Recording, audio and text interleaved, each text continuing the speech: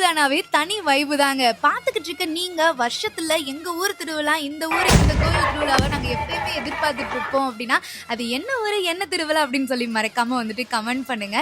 ஏன்னா கோவில் திருவிழா வருஷம் வருஷம் வந்துட்டு அந்த நாள், அந்த திருவிழா நாட்கள், அந்த கூட்டத்துல ஒட்டுமொத்த பேரையும், அந்த மந்தையிலையும், அந்த முன்னாடி அந்த நாடகம் பார்க்கும்போதும், நிகழ்ச்சிகள்ல பார்க்கும்போதும், அந்த திருவிழா கூட்டத்துக்குள்ள போகும்போதும், அங்க சின்ன சின்ன விஷயங்கள் பயங்கர கொண்டாட்டமா இருக்கும். எல்லாருமே அந்த ஒரு நாளுக்காக வந்துட்டு காத்துக்கிட்டு இருப்போம். ஸோ வெளியூர்ல எங்க இருந்தாலும் அந்த திருவிழாக்கு வந்துரணும், நம்ம ஊரு நம்ம கொண்டாடுவோம் அப்படின்னு சொல்லி.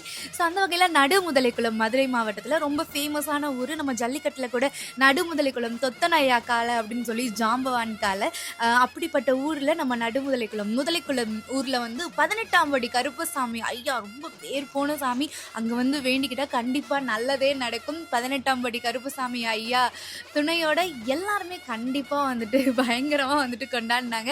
18ஆம் படி கருப்பையா கோயிலுக்கும் போயிட்டு திருவிழா வைபும் ஸ்டார்ட் ஆகுற மாதிரி நம்ம ஊர் சரவணங்களுக்கு மரியாதையும் பண்ணாங்க. அவங்களுக்கு ரொம்ப நன்றியை தெரிவிச்சுக்கிட்டு குட்டி பசங்க அக்கா தம்பி அண்ணன் அப்படின்னு சொல்லிட்டு 50 பேர் இருந்தாங்க. பயங்கரமா வந்துட்டு திருவிழா வந்துட்டு கொண்டாடியாச்சு.